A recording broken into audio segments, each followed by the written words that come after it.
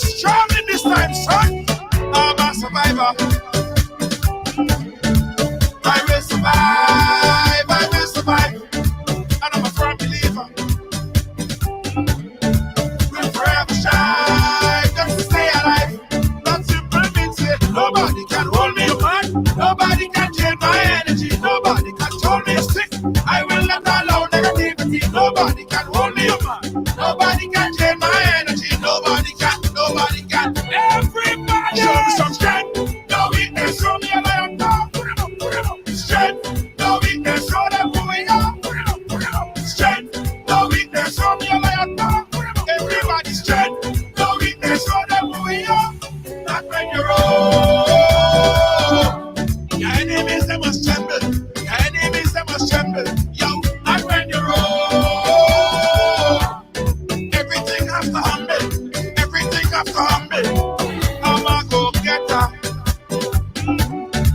I just go hard. I just go hard. And I'm a kind of fellow. Put my trust in God. Put my trust in God. That simple means it. Nobody can hold me.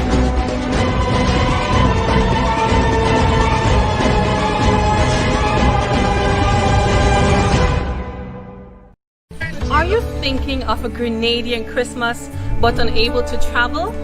Well, we've got the next best thing to being home for Christmas with the My Grenada box, specially packaged with lots of Grenadian goodies to help remind you of the taste of home. Having a My Grenada box is easy as 1, 2, 3. Visit our website at mygrenadabox.com. Click to make your purchase and voila! In just a few days, it's at your doorstep. My Grenada Box, a taste of Grenadian goodness. I spend my life away, but this is where I wanna be. My little piece of the ocean is all I need. If it was up to me, I'll never leave.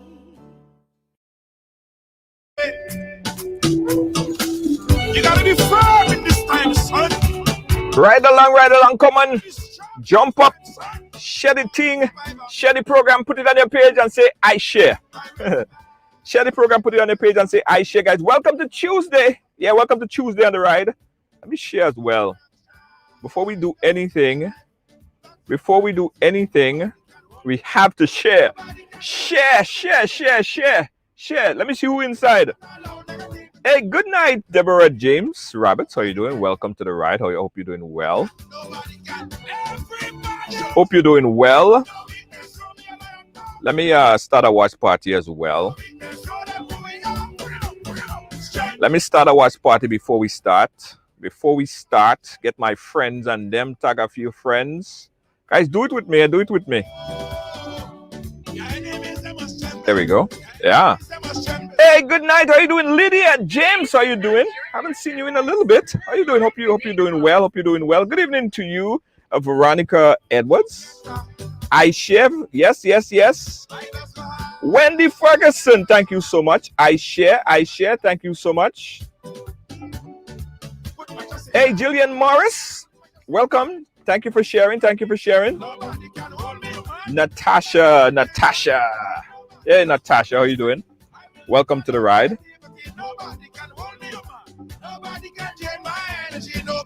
Dennis, how you doing? Big up yourself. Thank you so much.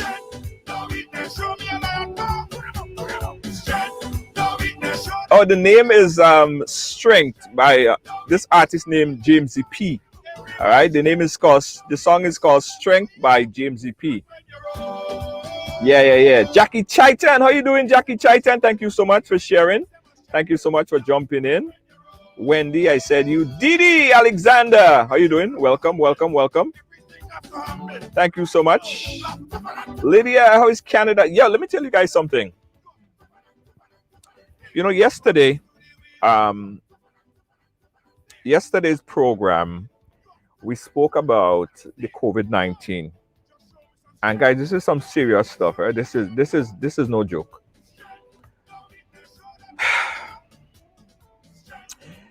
Today, another 2,000 plus people died of COVID-19. I want to bring it up to speed because this is not just numbers. This is not just a number game. These people, as I mentioned yesterday, have families, they have friends, some of them are fathers, some of them are mothers, cousins. Today, the United States also remember Pearl Harbor. And about 2,000 so people died during Pearl Harbor. But in the US, it's like every day is a Pearl Harbor. It's like every single day is a Pearl Harbor. And as I said last night, it's like every day in the US is like 5 or 6 jumbo jet falling out from the sky. So we have to recognize the people and take this thing seriously. People who are dying every single day. So for the families who will have an empty chair, an empty side of the bed, I want us to spread some love and remember these people. Everybody press love for the people who are sadly dying because of whether it's inadequate facility, for whatever situation that led them to the hospital of COVID. I want us to press some love and remember them.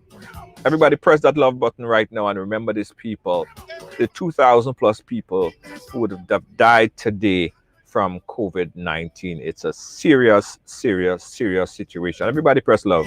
Everybody press love. Everybody press love. It's a sad situation. I can't say it enough, guys. It's a sad situation. Yeah. Akron James, thank you so much. Love. Today, just today, guys. Today, what? Tuesday? I've been to my 4th funeral for the week so far. Last week, I had about six, right? And some days we're doing 3 and 4 funerals. And these are families. And when they cry, when they weep, you see some kids like they're 7 and 8 and 9 and 10, and they're crying because they lost their father or they lost their mother.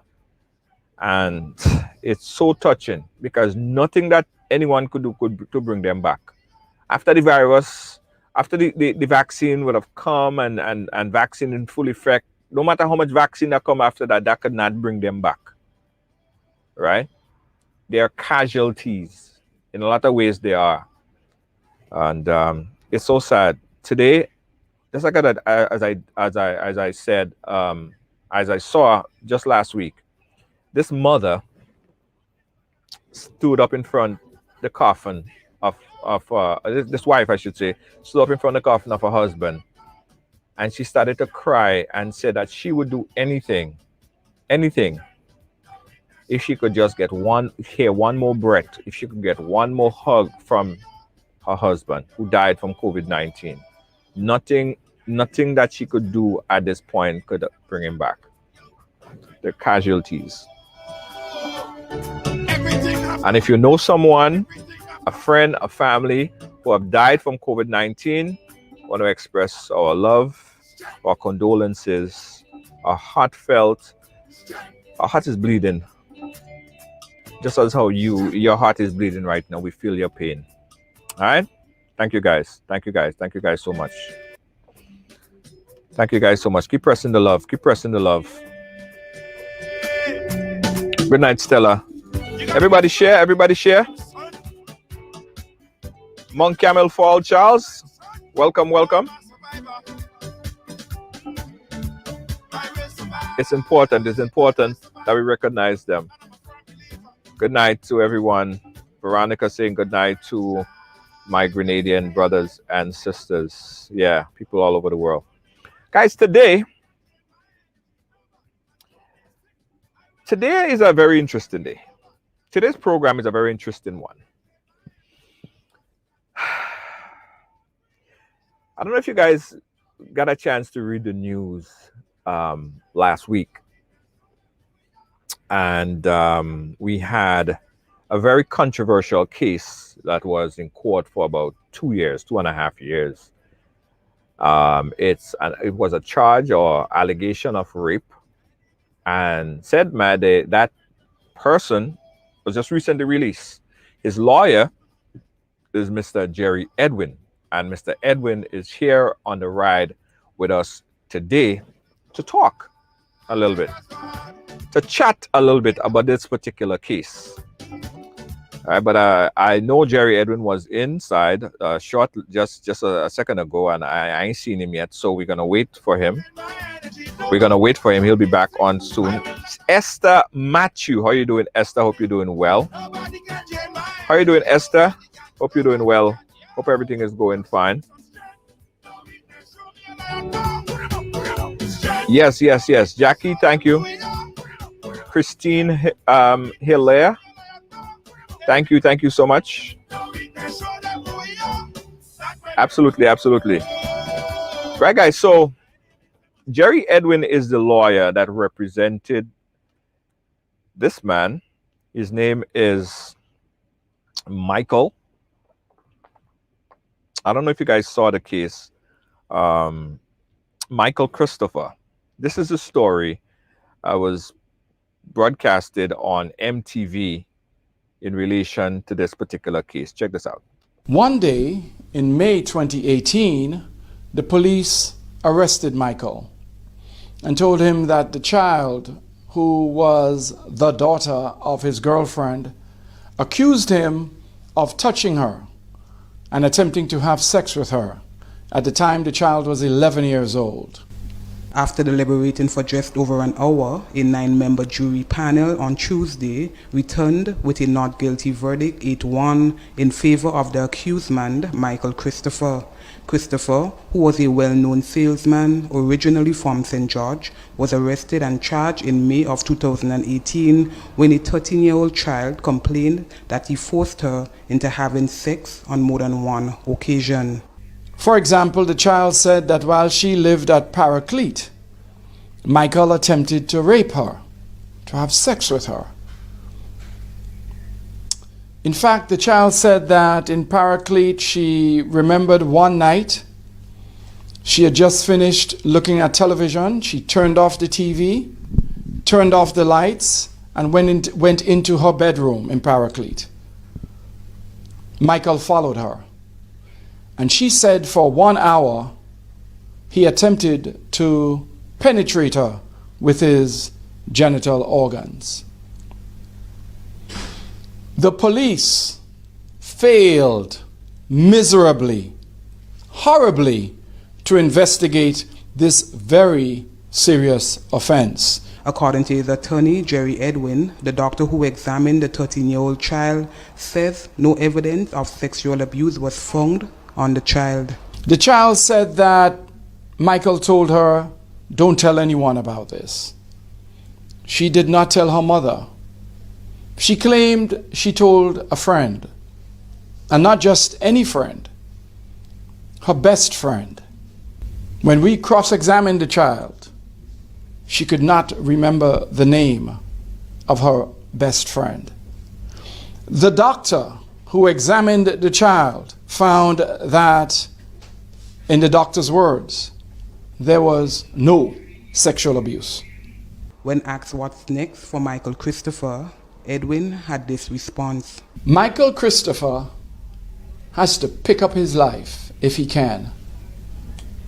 You know, we planned to say nothing publicly about this case. But when Michael walked out of the court, a free man, on Friday,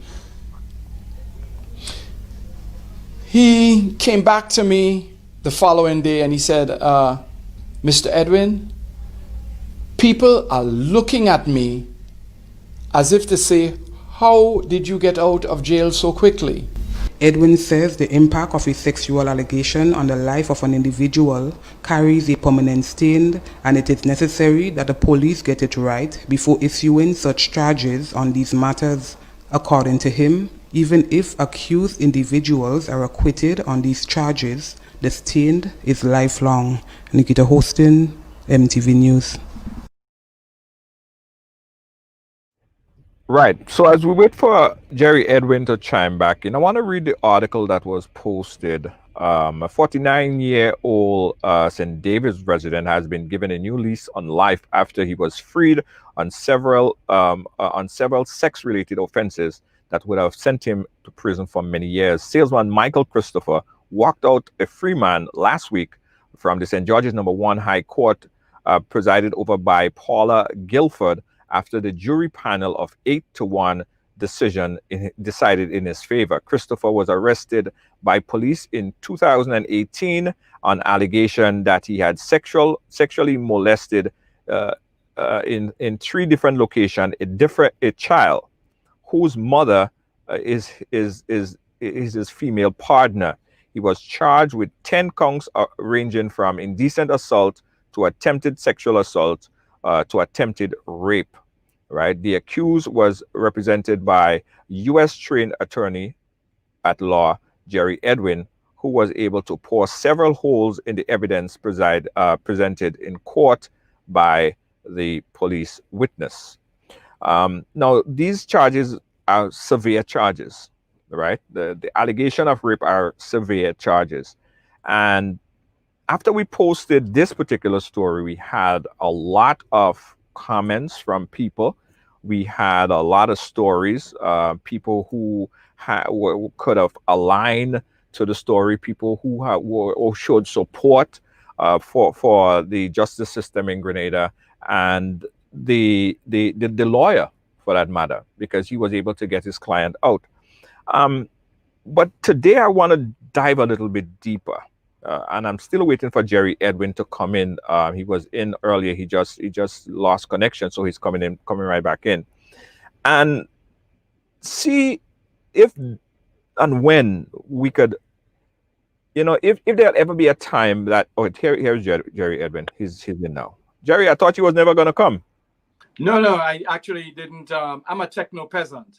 So right. That part where it says press button and do this and so on, it's like a foreign language to me. It's like a foreign language to you. Yes, I'm old. All right. So I let me bring you up to speed where we are, Jerry. And thanks again for joining us on the program. Yes, good afternoon to you and your audience.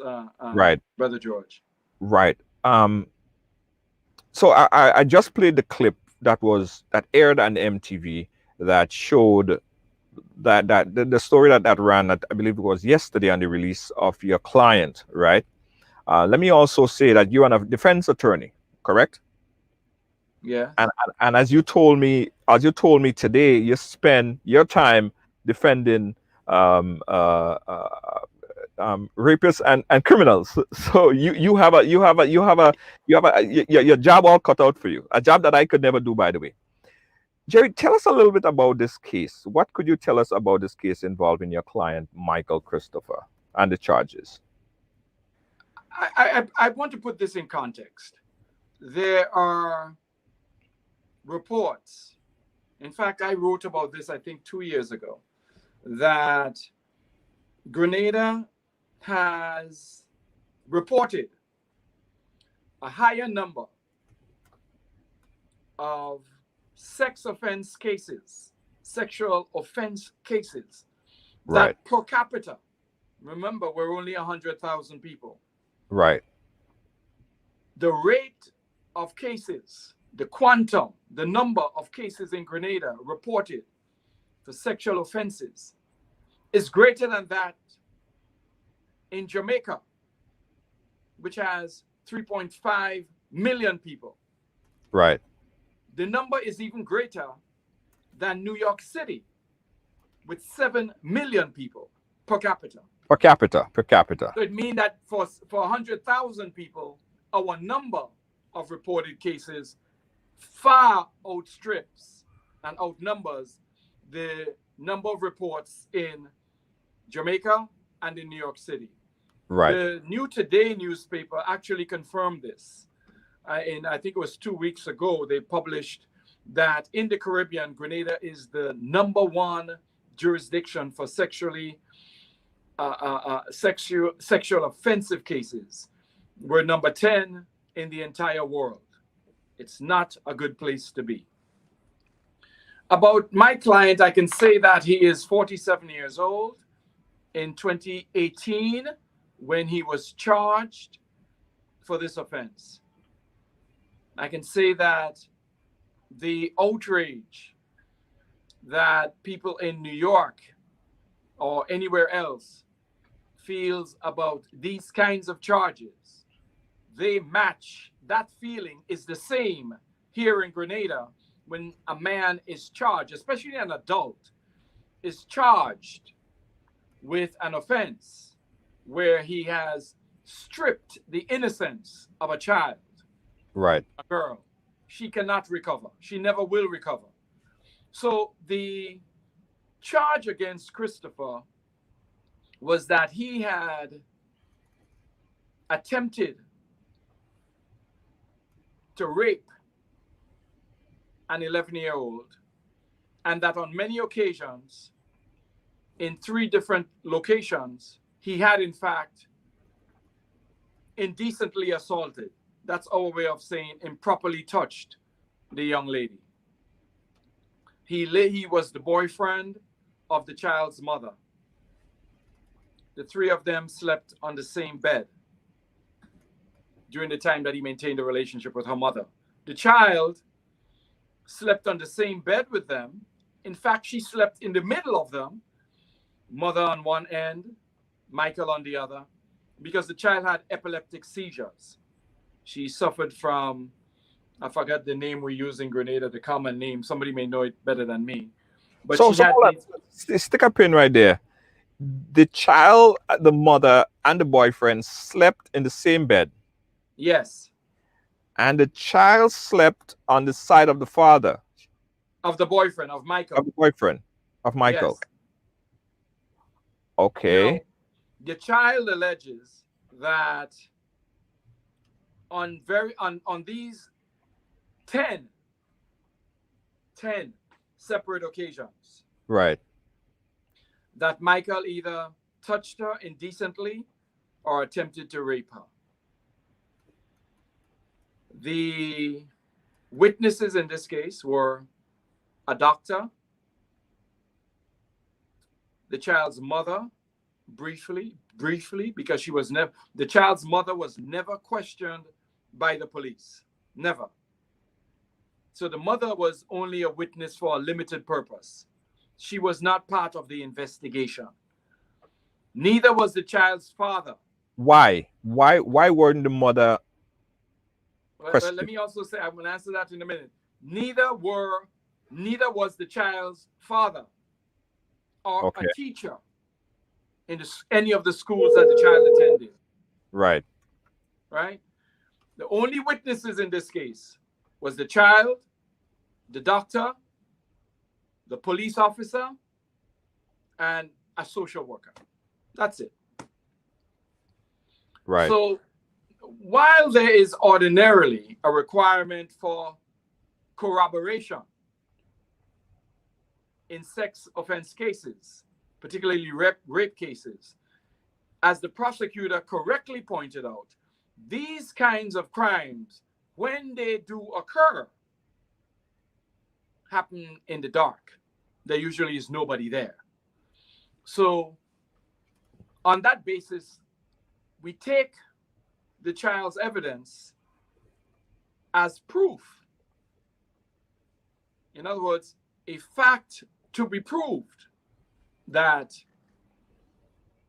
what she said did in fact occur.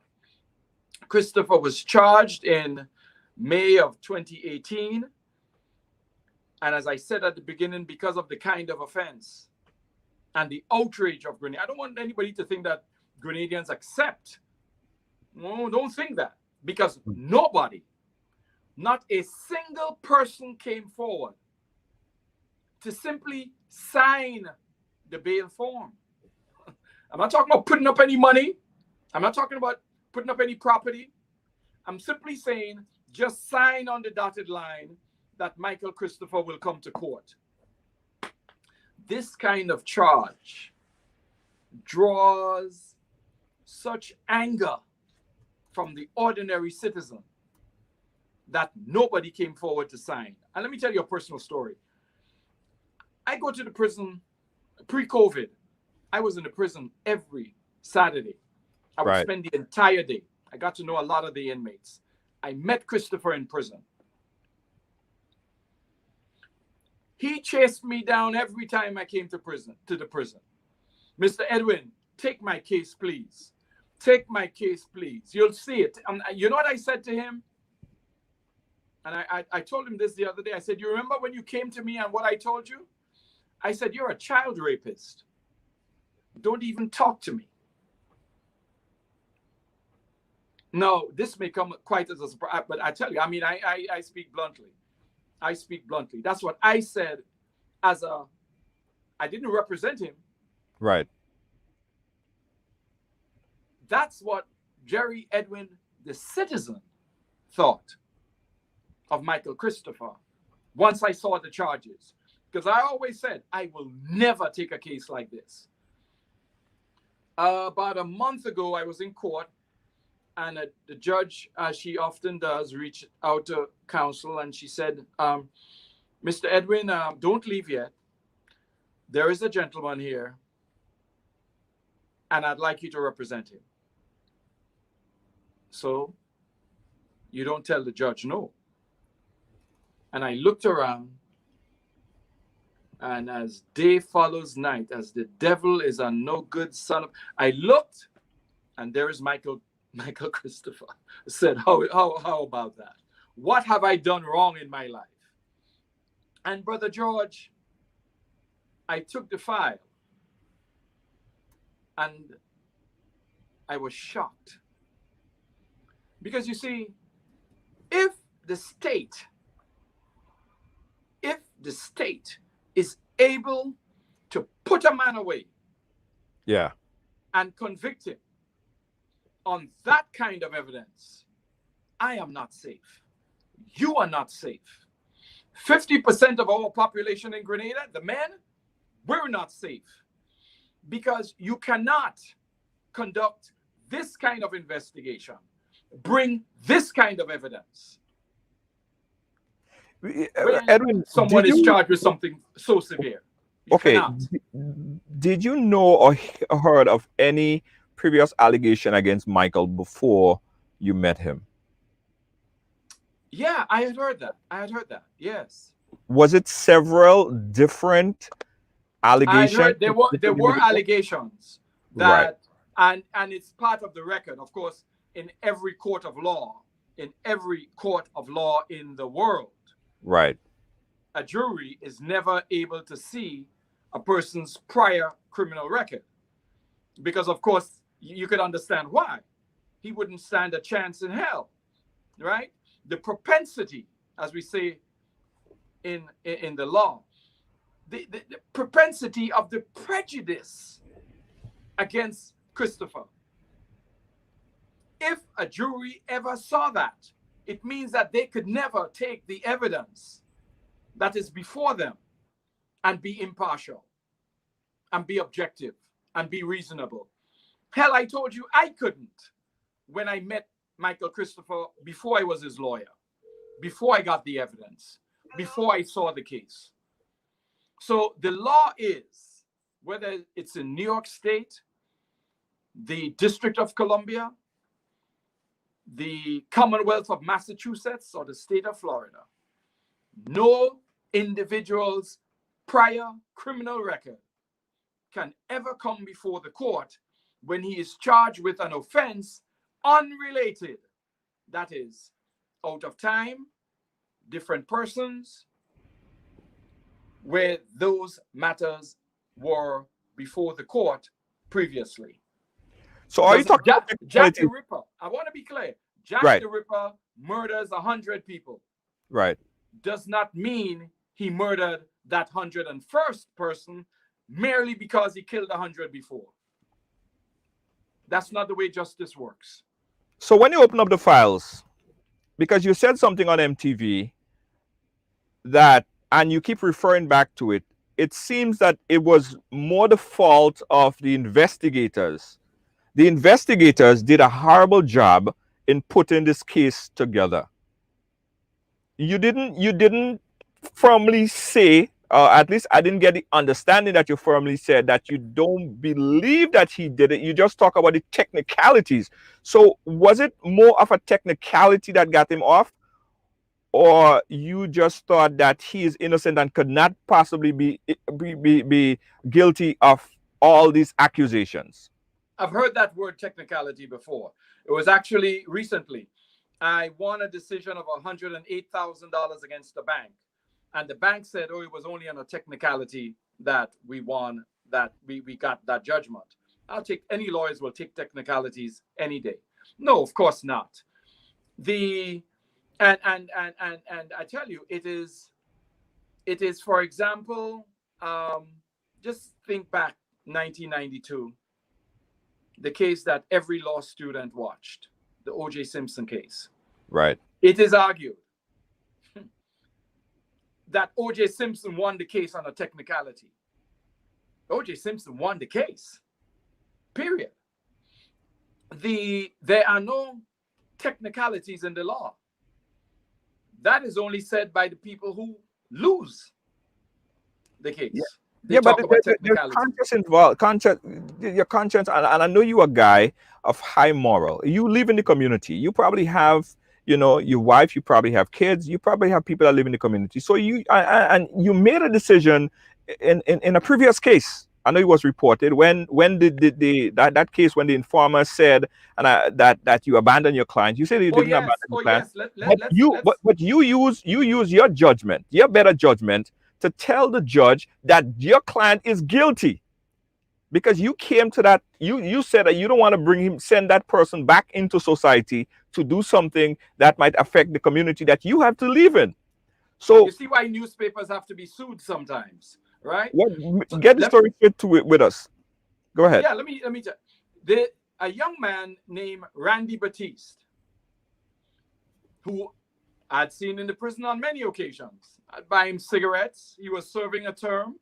He had assaulted an elderly woman, actually raped an 80-some-odd-year-old woman. He was in his 30s. I know Randy. I see him, buy him cigarettes when I go to the prison, talk a bit. And then Randy got out. Yes. One day after Randy got out of jail, he greased his body with tar and oil, like he's a jab in June, and sat on the hospital step, the long step right by the tunnel going up to the hospital, and he is waiting for his prey. That happened to be a nurse, and he pounced on her, took her bag. When she tried to yell and grab him, of course she can't. He was prepared. He is the tar man. He's the grease man. So he's able to get away. Of course, the police apprehended him a few days later. He's brought to court. Randy pleads guilty.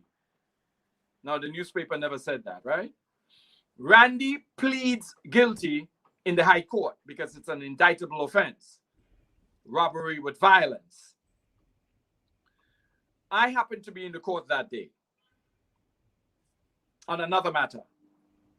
Randy looks at me because his sentencing is coming up. And he says, Mr. Edwin, help me out now, help me out. Well, I have a reputation for helping out anybody. It doesn't, whether they have money or not, I will stand for them, because I cannot let the state and its large boot kick the behind of persons who may have defensible cases, but because of financial resources are unable to represent themselves. So I said, Randy, sure. The court heard from the prosecutor, who read out the evidence. Right. The judge turned to me and she said, Mr. Edwin,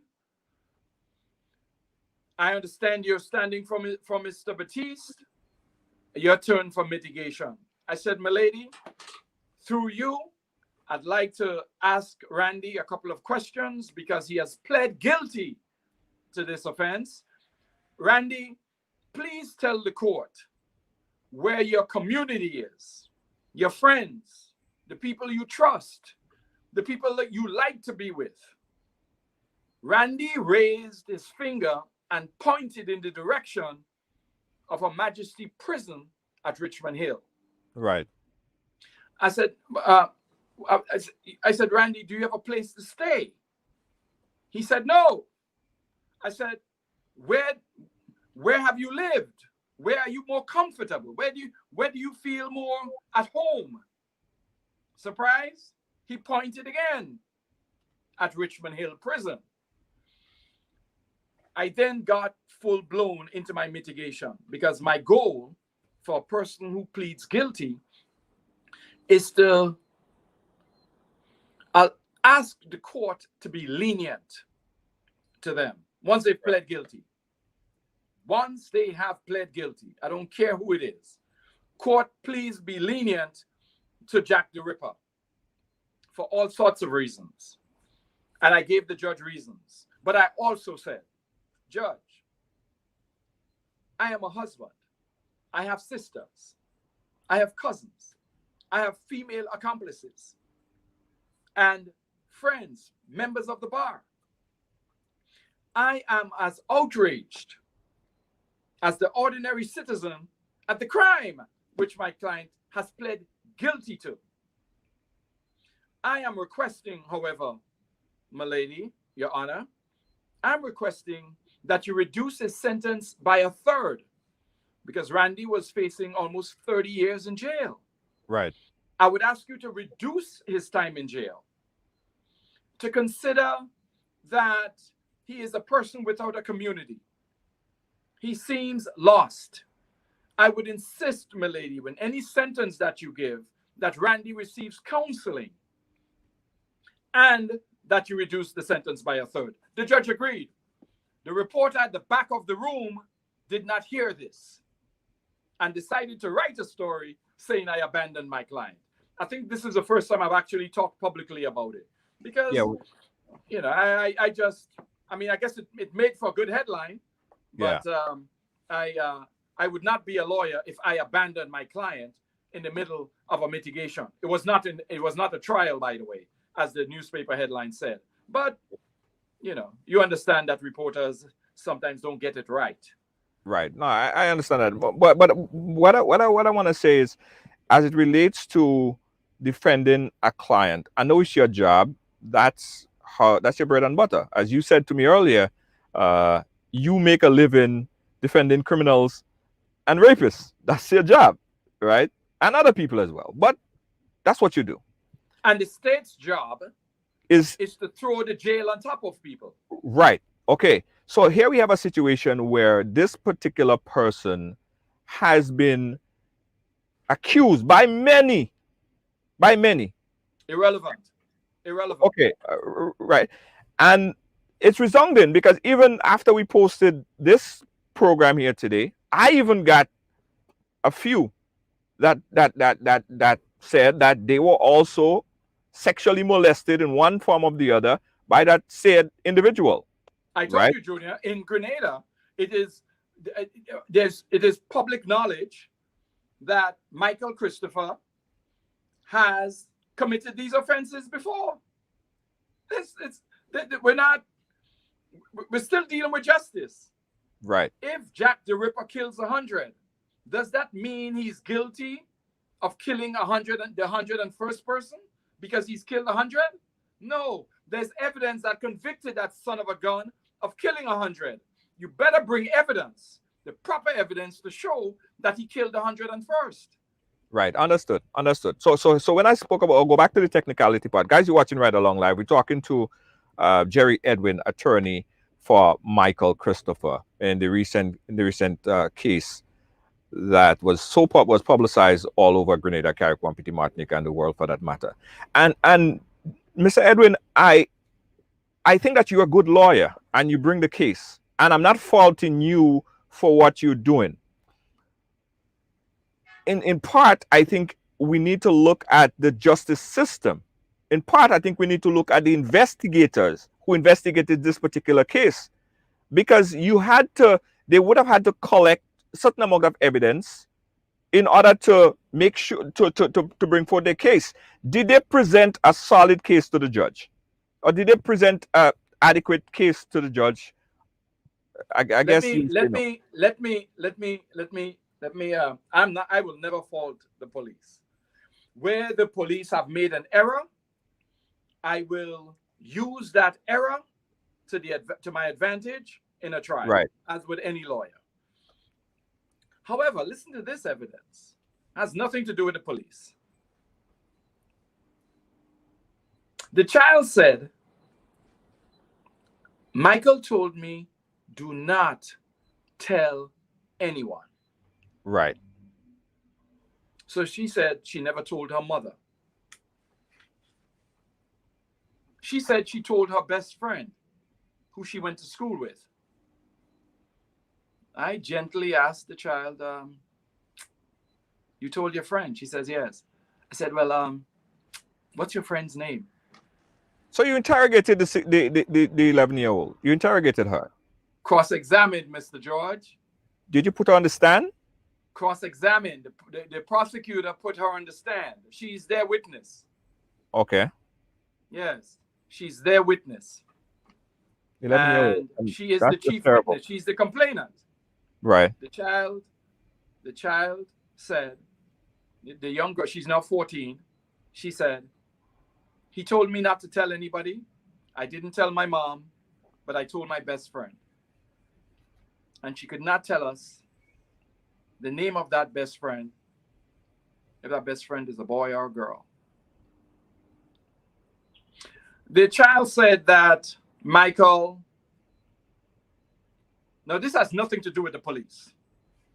The child said that I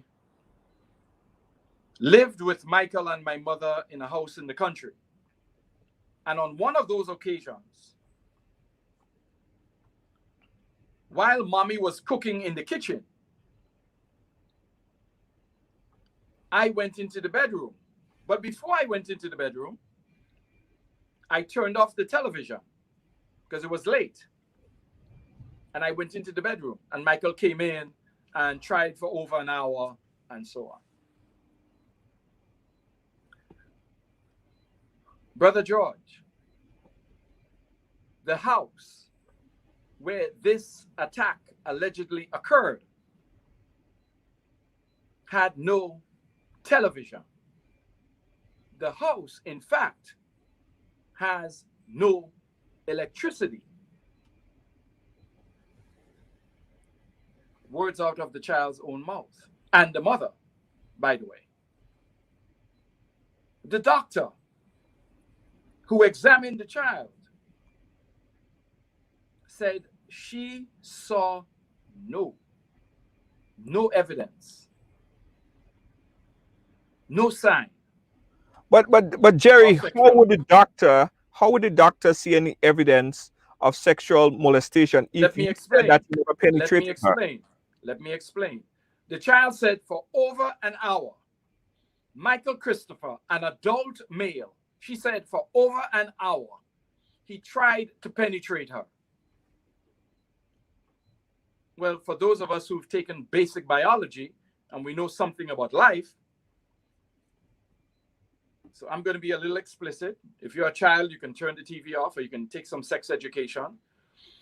Girls have hymens. And the easiest thing to be bruised, one of the easiest, a tissue. It's tissue. It's not an organ. It's tissue. For a hymen can be bruised with a washcloth. Imagine a male, an adult male, trying to penetrate an 11-year-old. There has to be at least a bruise or a broken hymen. The child said, while he is doing this, mommy is in the kitchen cooking.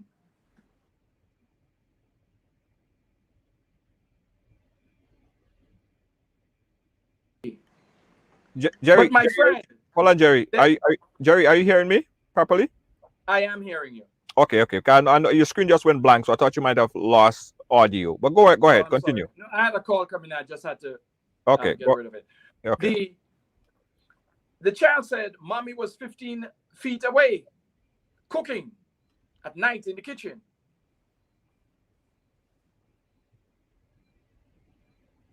There is no kitchen in that house. There is no stove in that house. So help me here. Help me here. 9 men and women. Many of them as outraged as some of your audience. Candy Francis says that a lawyer who lives in such a small community will sell his soul to let molesters back into the community. What do you have to say about the 9 members of the jury? Because anybody who's heard a scintilla of what I just said would not convict Jack the Ripper, much less Michael Christopher. They will not. Not on So that evidence. I come back to the technicalities because What it is it? seems What now technicality? because the investigation. No, there's no technicality here. The child did not tell the truth about the television. She did not turn off television and go into the bedroom because there's no electricity in the house. There is no television. She really did not tell her friend. She doesn't know the gender or the name of the friend. Yeah? She didn't.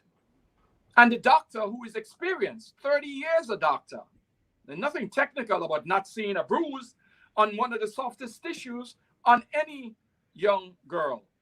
Easy, like I said, a hymen is bruised if a female rubs her genitalia too vigorously. The hymen will be bruised. No bruise, not broken, nothing. For 1 hour, a man has tried to rape a child. Nothing. So the conclusion was that the child made the story up. I am not saying that.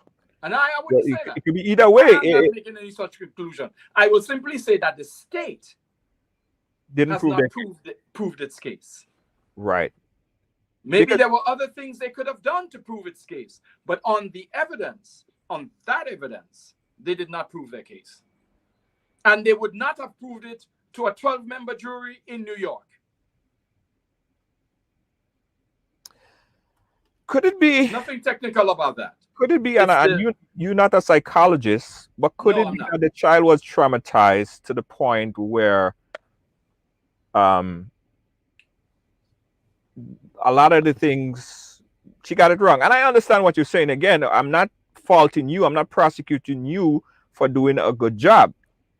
But could trauma play a part in her inability to put all the other pieces together?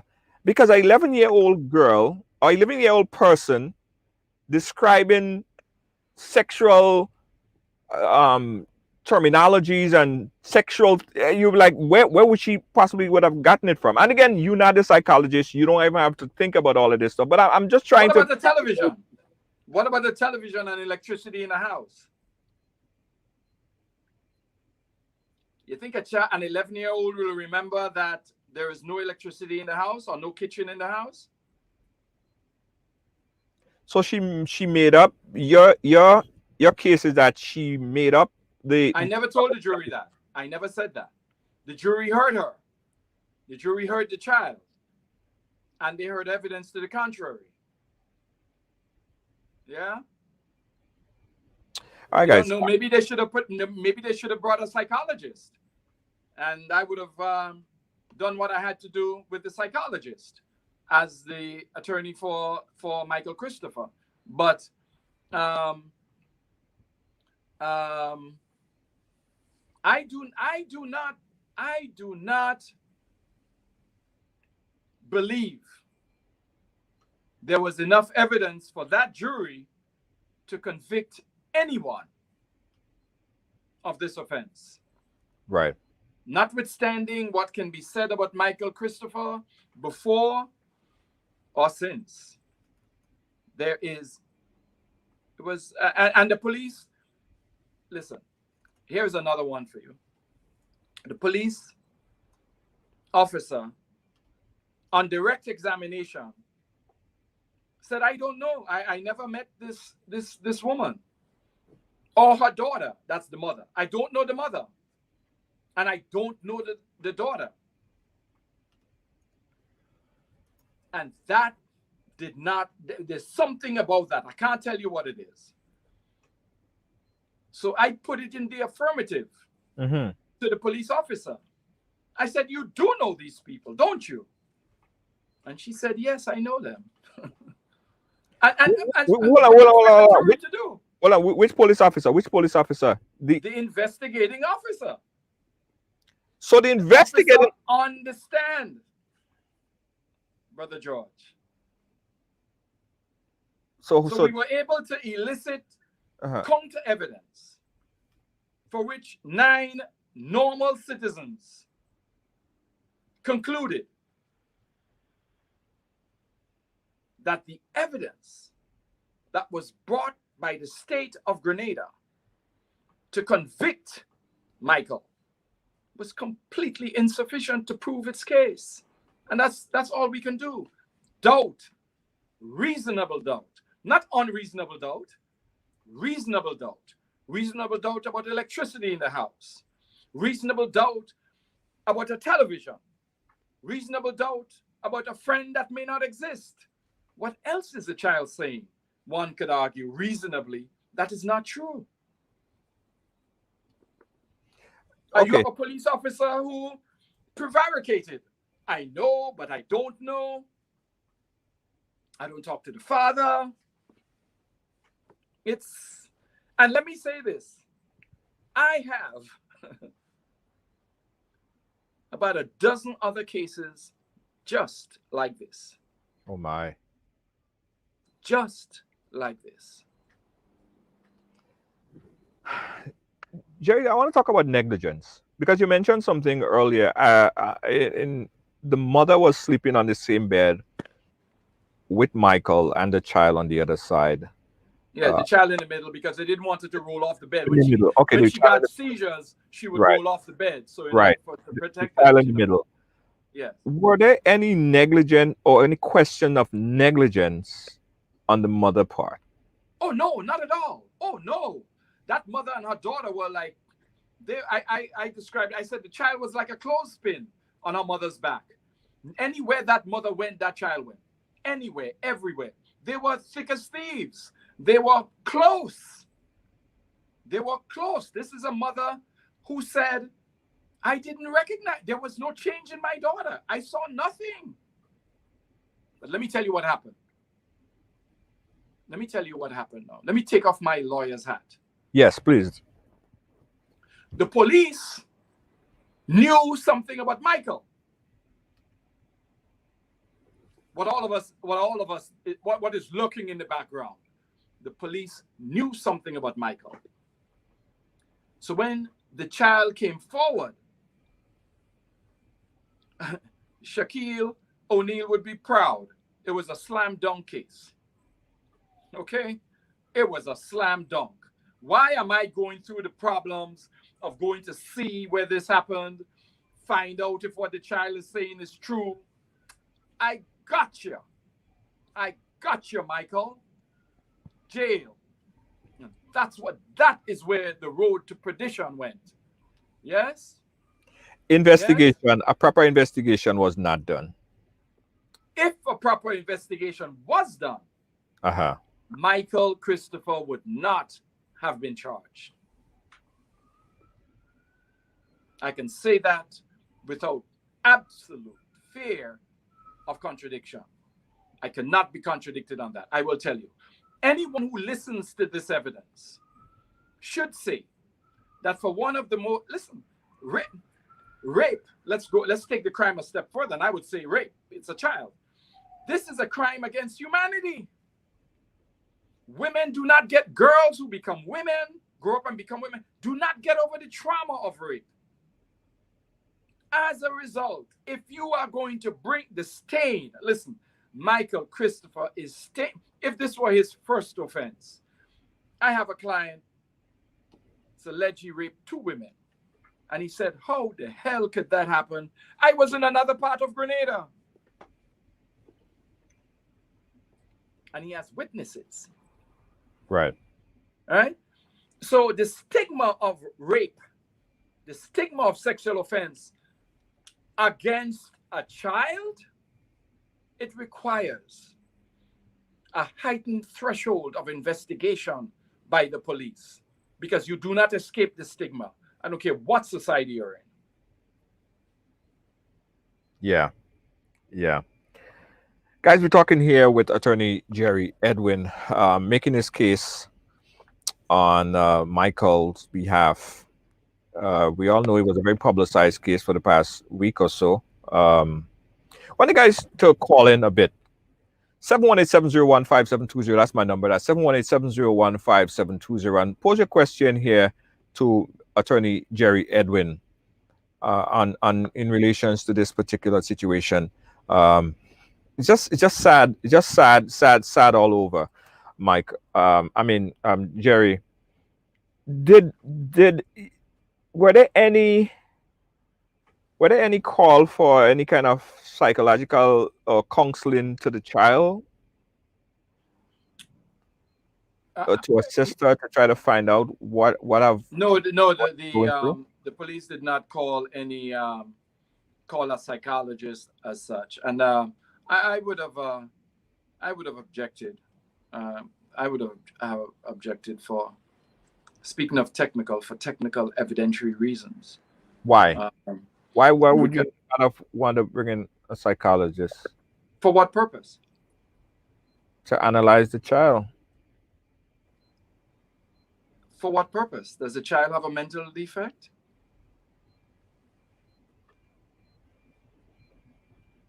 You're right. You're right. As far as I know, there's no complaint by a teacher in any of the schools she attended or of a parent. There's no history of any mental disease. The child is described as normal, very engaging, in fact. Soft-spoken, a sweet child, a nice child, nice girl, nice young lady, nice young lady. Was social service involved? Yes, the child was put into foster care and was and currently is in a foster home because the mother had there's some economic issues that but it was not a factor in the case. Mother sees her all the time. They're still close. Mother is just going through economic upheaval, but she and her daughter are still very close. She's not precluded from seeing her, so they still maintain a very healthy mother-daughter relationship. Are there any open investigation as it relates to Michael, ongoing investigation following this case? I don't know. Remember, he was in jail. He was on remand, awaiting trial for 2 years and 8 months because nobody would come forward and simply sign their name. I would not have done it, right? I tell you, it's the stigma of assaulting a young girl. It's something that all of universally, it's the worst kind of crime. The worst allegation, if it's proved, it's the worst kind of crime. And there's talk of bringing a sex registry in Grenada, which I think is the worst idea. Why? Grenada is as big as Rhode Island is bigger than Grenada, I think. Everybody knows everybody else. You cannot leave St. Andrews and go and start your life afresh in St. George's. The bus is only 45 minutes between the two places. It's not, for example, in Seattle, you can be a pedophile in Seattle and go across the coast to New York and start a new life, and nobody knows who you are. So a sex registry might work, and does work, in the United States, cannot work in Grenada. The way it is suggested, and by the way, the sex registry it's a federal registry. I think some of the states, most of the states have it because they incorporate a federal sex crime. It was a federal act passed in the Congress that is now brought into the states. And it's now public. You can actually go on a site. Any member of the public can go on a site to find out if the crossing guard that takes their child off the school bus and walks them across into the schoolyard has actually been convicted of a sex crime. Right? In Grenada, what is proposed is, it's in draft form. It hasn't passed. It's up for discussion by the bar. I think they're probably going to come after me for discussing it with the public. But I think it's a public concern, heightened public concern. But you rightfully said earlier about the rate in which per capita, how Grenada rank far above per capita Jamaica and New York. What do you think?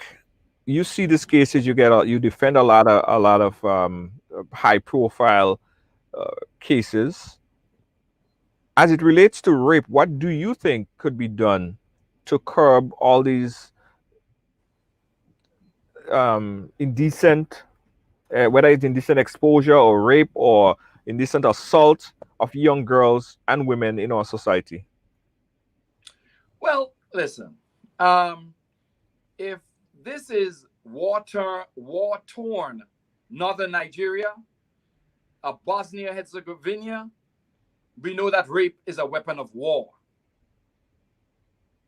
In a peaceful society, we're going to have deviants. You're going to have people who do bad things. Who knows what lurks in the hearts and minds of bad men? Well, bad things. Yes? So, this is a function of the society as a whole. Your church, your school, your community, all hands on deck to deal with an issue like this. I don't think there's a society in the world. I mean, we know that sex crimes are punished in different ways. In Guyana, for example, and I think in Antigua and St. Lucia, there's for rape, it's a life sentence. In Grenada, it's 30 years. I would argue the equivalent of a life sentence. In some societies, Pakistan, I think you could be stoned to death. But at the same time, remember, in many of these societies, young girls are, I would say, legally raped when they are assigned to mature men as young brides. So I don't have the answer. I don't think anyone has the answer. It is one of the failings of the human condition. Yes, we have bad people who do bad things. Yeah. Coy is saying that trauma could be affecting the child. I think social service should be at minimum provide therapy for the child to help her cope with the trauma, to find out why she may have made such an allegation that you, attorney, think is untrue. Yeah, if there was belief by the state, remember, the burden is not on the defendant. The defendant has to prove nothing. So the state has accused me of committing a horrible crime. I do not have to prove I am innocent, because I may be completely unable to prove my innocence. Therefore, we say the state has the burden of proving beyond a reasonable doubt that I committed this offense. They have the police, they have the hospitals, they have psychiatrists, they have investigators, they have teachers. All I have is my word that I did not do it. And 9 persons to 8 hear the evidence 8 that to the 1. state has marshaled against me. Right. And you won in this particular case. The jury panel returned an 8 to 1 decision in his favor. Yes. And As I said, on this evidence, any jury, anywhere, would have acquitted Michael. got it. You know, last thing I want to touch on, and I think is very interesting, that, and it has nothing to do with the final verdict, but the fact that, you know, putting a minor on the stand, you know, that's double traumatizing for any child, any adult, much less a child. I don't know. I would tell you this. I will tell you this. Listen, I remember telling the judge before the trial began, and I have a professional habit of not questioning children. I do not. That's why I was shocked when you said. That's why I was shocked when you said that you did. Yeah. The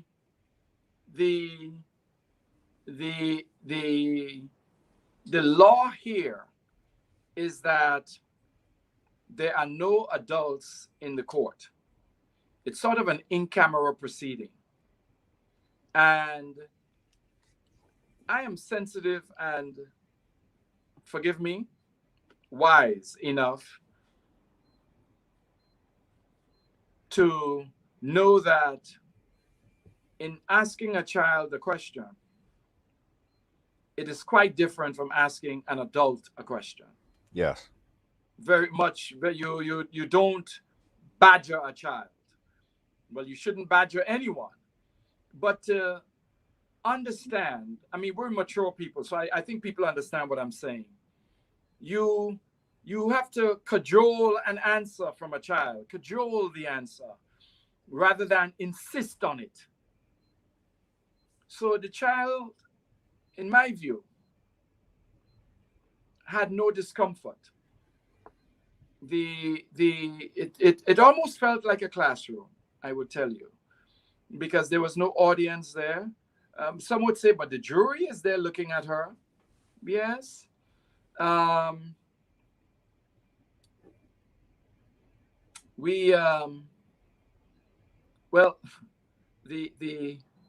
the judge would have, let's say I didn't question the child. The judge would have had to put my questions to the child. I think we'd have had the same result. Right. Well, again, as I said, Jerry, no one could fault you for doing your job. I think that it wasn't properly investigated, as much of those cases are. But where I sit, we have gotten a number of a number of allegations on the same person. But he was not on trial for those offenses. Exactly. And I completely agree with you. He was not. But for this particular case, he was freed. 9-panel jury, 8 to 1, said that he was free. The case is done. I'm very concerned about the society that our kids have to live in. And What I hope do you mean? You mean in New York or in Grenada? No, in Grenada. No, there's nothing wrong. In Grenada, we have our kids. We can do something with kids in Grenada that no one in New York can do. Put your child on a bus. Tell the driver, drop my child, my 6-year-old or my 5-year-old. Drop the child by that school, and you don't even know the bus driver or the conductor. Drop my child at the school in Montmorris, and you're coming from Sauters. that conductor you can trust in Grenada will take perfect care of your child. And again, I can never be contradicted for saying this. That conductor will take your child, give the child a place to sit. When he gets to Montmorris, he will stop traffic, and like a crossing guard, he'll drop that child across the street, and all traffic will stop so the child can cross at 6 years old. That child by itself, by him or herself, will stand on the side of the road. A bus driver has gotten instructions from the mother to pick up that 6-year-old and deliver that child to her. It will never happen in America. So maybe in some very rural, maybe in the Amish town in Pennsylvania, but that does not happen in the United States of America. So no, children are very safe in Grenada. Very safe. We're a small society. So crimes against children, particularly sexual crimes, are elevated to an extreme. And then we have the numbers that I spoke about, right? But to say that in our society as a whole, there is a problem with sex crimes against children, no, nothing could be further from the truth. That is not true. But it does happen. It does happen at alarming proportion. We're on planet Earth. They're bad people. They're Right. bad people. Yeah, we have many situations. And making sure that they get justice is left up to people who, like myself and Mr. Clouden, Mr. Sylvester, Mr. Thomas, and others who are wrongly criticized, Mr. Paul, Mr. Gill, the few of us who are regularly at the criminal bar. We are wrongly criticized for the work that we do, but if we don't do it, no citizen is safe. The state can simply bring a charge and throw the jail on top of you. Right. In your statement that you made on MTV, you said that people are Michael is concerned because a lot of people are looking at him and he's not feeling comfortable about what people are saying about him. What is his current state of mind? What is he doing now? Where is he at in terms of going forward?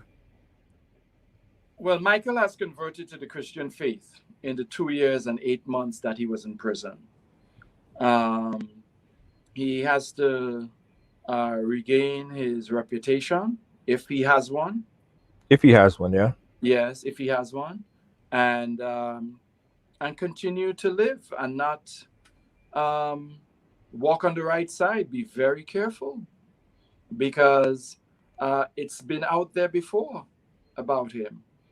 And it is correct that Michael has paid the price for similar offenses.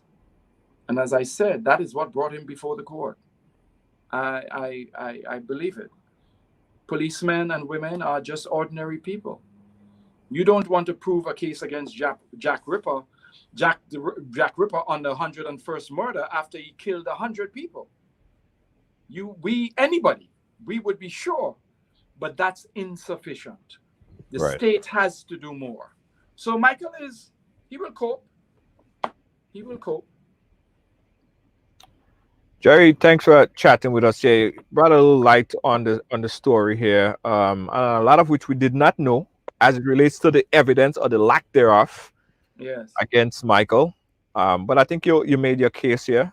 And again, you just doing your job. That's your job.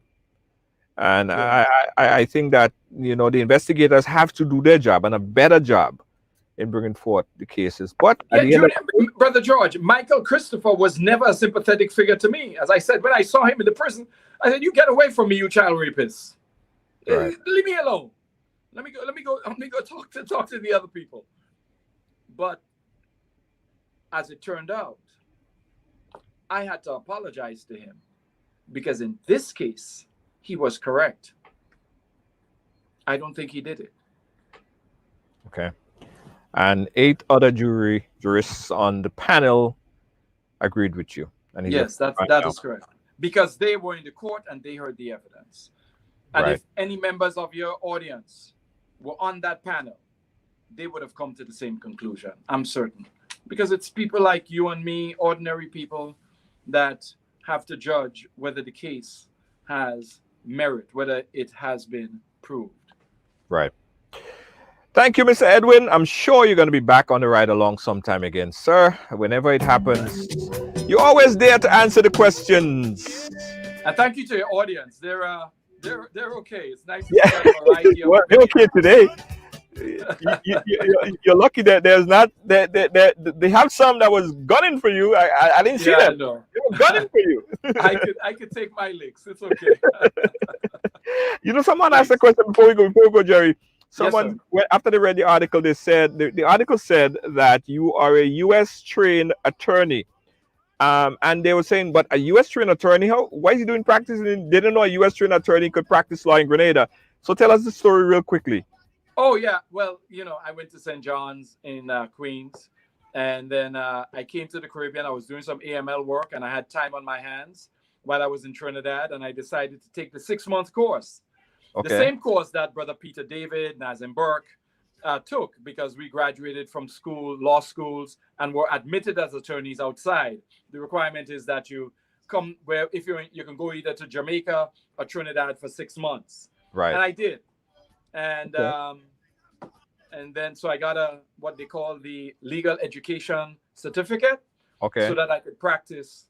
One has to be admitted in another jurisdiction and Right. pass the course in the at the Hugh Wooding Law School or the Norman Manley Law School in Jamaica, the former in Trinidad, and I did, and I'm happy to be home, Yeah. All right.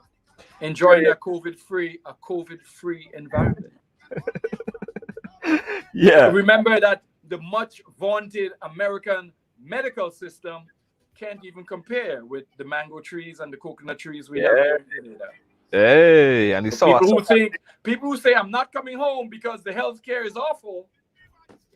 What you gotta say now? Yeah, I know. Now we're in the S-hole country. Look at that. Look at that, huh? Yeah. Jerry, thanks again for joining us. Thank you. Good night to your audience. Good always to talk to you, Brother Junior. All right, thank you again. Good night, sir. All right. That was Mr. Jerry Edwin, attorney at law. Jerry Edwin making his case here. Guys, listen, you can't fault the man for doing his work, right? And I completely understood. And he brought some light to the case that I did not know, right? He brought some light to the case that I didn't. It was never brought to light because none of us was in the courthouse to hear the evidence, right? Here, one of the things which I think was a strong piece of evidence, right? There were the doctor found no bruises or of any sort on the young lady, and the everything else that was said, it seems like it could not be presented or couldn't be checked out. And although he didn't say it, the question behind my head is like, well, why would a young lady, 11-year-old girl, completely make up a story like that? I don't get it. I don't know. I don't understand. That has not been obvious. That part I don't quite understand. But Mr. Edwin made his case, and 8th panel of the jury found him not guilty. He's a free man. What could we say? That is that. Guys, let me take a quick break and come back, and I'll give you guys a quick final thought. You're watching Ridealong Live. Are you thinking of a Grenadian Christmas but unable to travel? Well, we've got the next best thing to being home for Christmas with the My Grenada box, specially packaged with lots of Grenadian goodies to help remind you of the taste of home. Having a My Grenada box is easy as 1, 2, 3. Visit our website at mygrenadabox.com. Click to make your purchase and voila! In just a few days, it's at your doorstep. My Grenada box, a taste of Grenadian goodness. I spend my life away. but this is where I wanna be. My little piece of the ocean is all I need. If it was up to me, I'll never leave. A message by the Grenada Distillers Limited. You want a hand sanitizer to do 3 things: kill germs, be gentle, and to go where you go. You can get all of that in our hand sanitizer. Hard on germs, gentle on hands, affordable. Remember, hand sanitizers contain alcohol. Keep away from heat and flames and avoid contact with eyes. Available at retailers island-wide. You're constantly thinking of food, but sometimes you just don't want to cook or want something a little different. That's when you call Tasties, preparing meals that you really love. Tasties, our mouth-watering food, would have you coming back every day. But hold on, we only prepare meals Monday, Wednesday, and Friday for now. Call early because we have a lot to serve and we would love to serve you. Tasties, we prepare the meals you love to eat. From macaroni pie to baked chicken, provision dumpling and saltfish, stewed chicken, curry chicken, baked chicken, rice and peas, salads, and more. Please call for daily menu. Call 425-0624 or 403-0411. You can pick up your meals from us or we deliver it to you. Tasties, food that's delicious.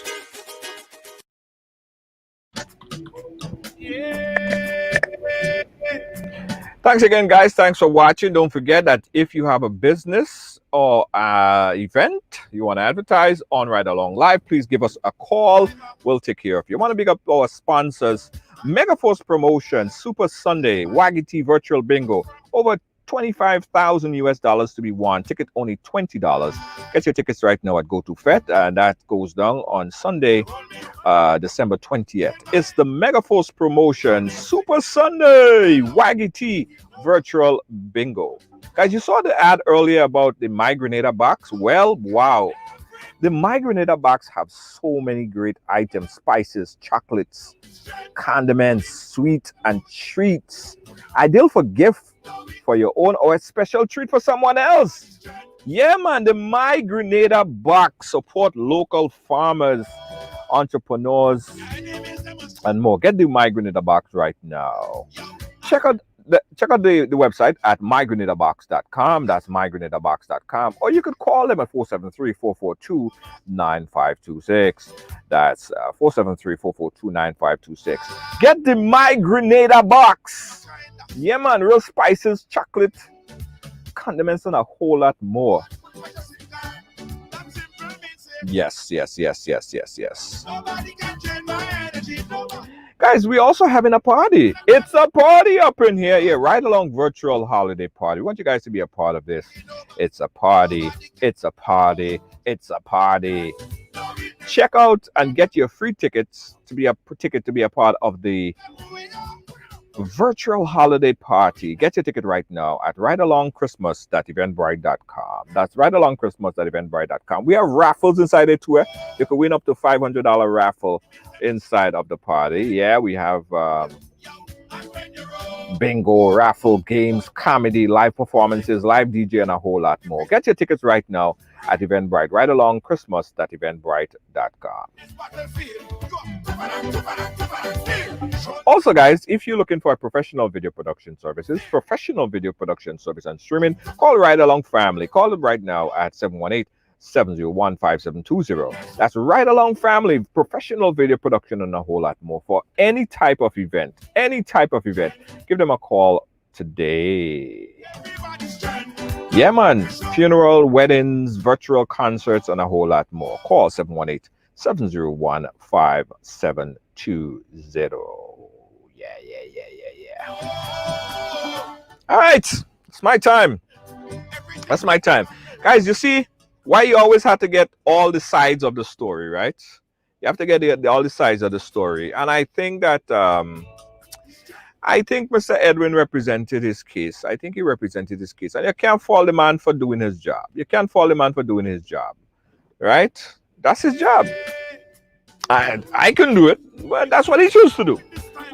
As he said, he get paid for defending criminals and rapists and other people as well. A job that I couldn't do, boy.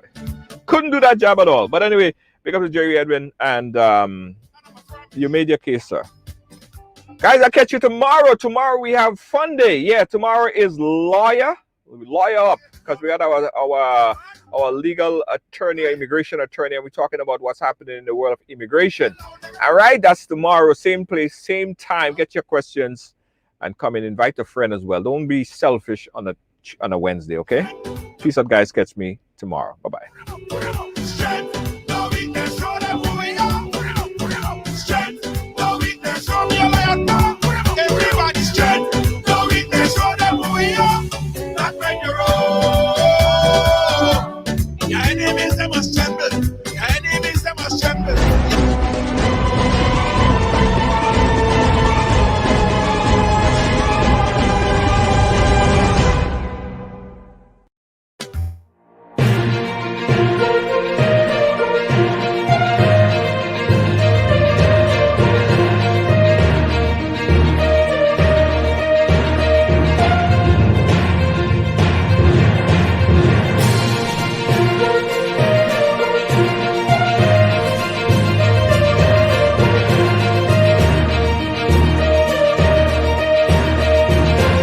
This is Ridealong Live, where everyone has a story to tell.